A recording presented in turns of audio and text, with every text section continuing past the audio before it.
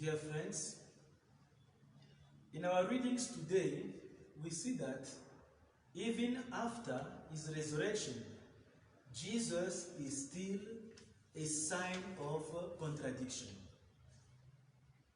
On the one hand, we have the testimony St. Peter is giving of the resurrection of Christ on Pentecost Day. Our first reading is taken from Acts of the Apostle chapter 2.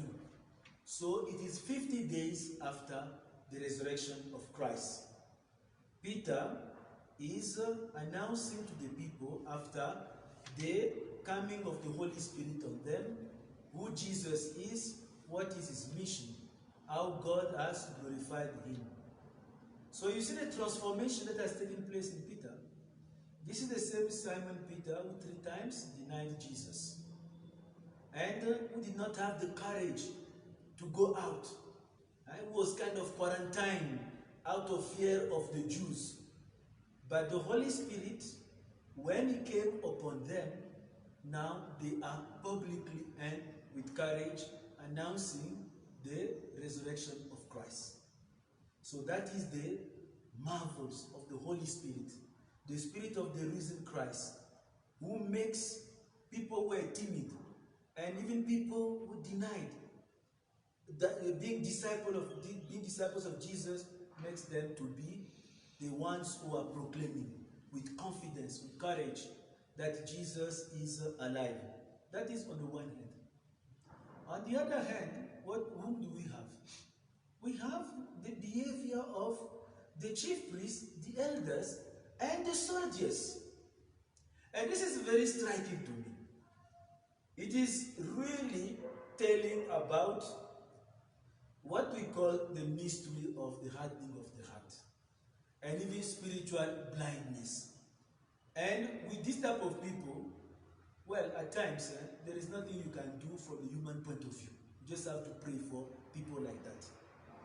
You remember, these chief priests, they did everything to have Jesus killed.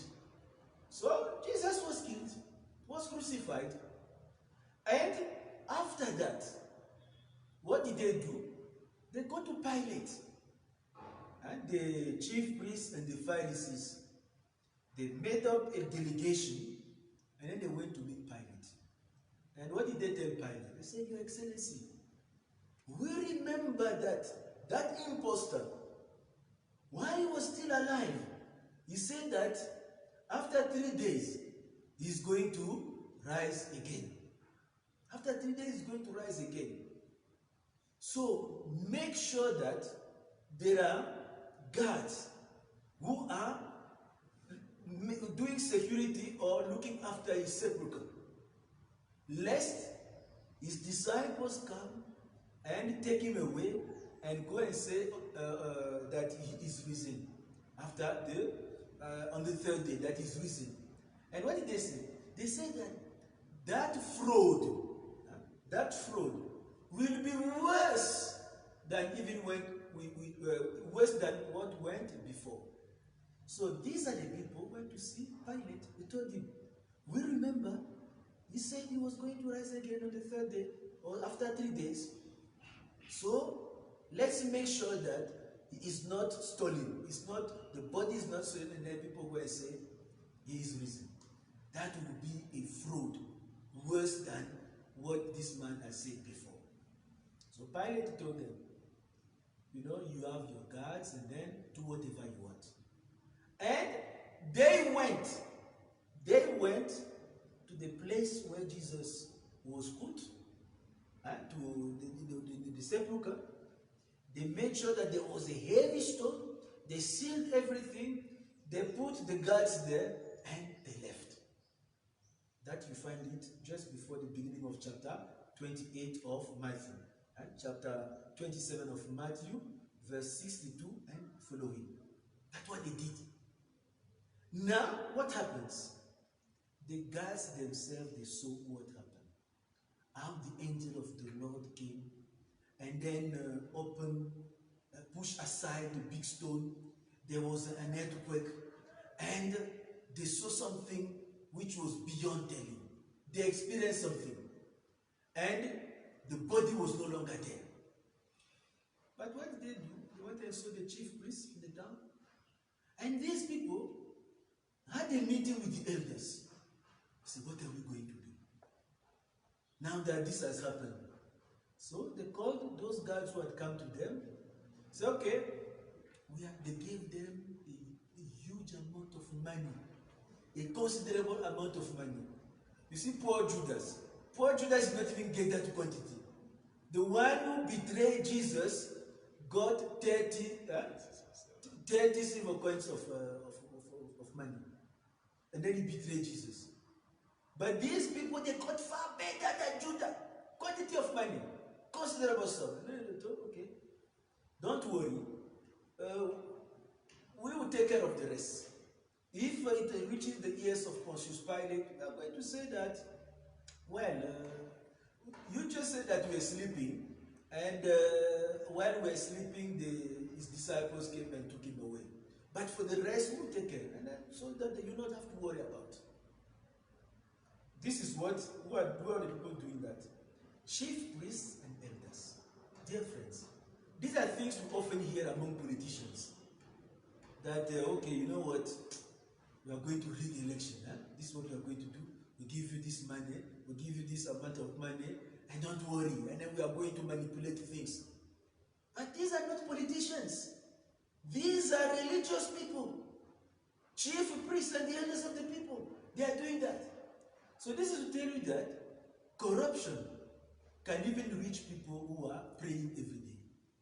These are the chief priests who have been conducting liturgies in the temple of Jerusalem.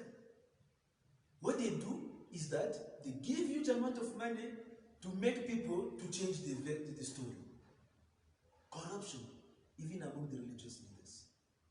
So this is really amazing. That these people, despite the evidence, they remain blind. They have hardened their heart. So what else do you want? There is no worse person who is blind than the person who doesn't want to see. These people, no matter what, they don't want to see. All the miracles Jesus did, and even his resurrection, based on the testimony of the guards, they don't want to listen. So they have now created a new version. But now, look at these guards. This is the danger of you going to sell your conscience. Because your conscience is something that can tell you, okay, I cannot deny what I have seen or what I have heard. Remember in Acts of the Apostles, chapter 4, verses 19 to 20. Simon, Peter, and John, they were told by the Sanhedrin, we had forbidden you from talking about that man. So don't talk again about him. Say, okay, it's up to you to see whether we should listen to you or not, to listen to God. But as for ourselves, we cannot stop proclaiming what we have seen and what we have heard. So you see the testimony of Peter and John. It's like saying, at our age, we cannot be playing this small game. We have seen, we have heard, and this is what we are proclaiming. It's based on fact. Now the guards, they saw, they heard. They went to sell their conscience to get money and then to change the story. So in history, even after the resurrection of Christ, Christ remains a sign of contradiction. Even today, there are many people who say, well, the resurrection is a fairy tale. It's a fairy tale. It's just a copy and paste of the mythology of the Egyptians, where they were talking about people dying and then coming back to life. So you just copied and paste. People are saying that. There are people who go and dig myths about other religions. They will tell you, well, this one is just copy and paste.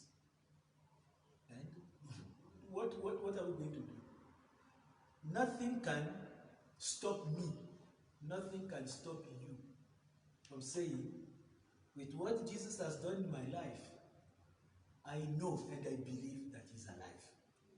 So it's not just what the church has been teaching us. It's not just what we learn in catechism or formation or theology. But there is also our own experience. can experience in your own life how Jesus is truly alive and how his friendship is real. You can talk about who you were before and without Christ, and who you are now with Christ. So that is also part of our testimony.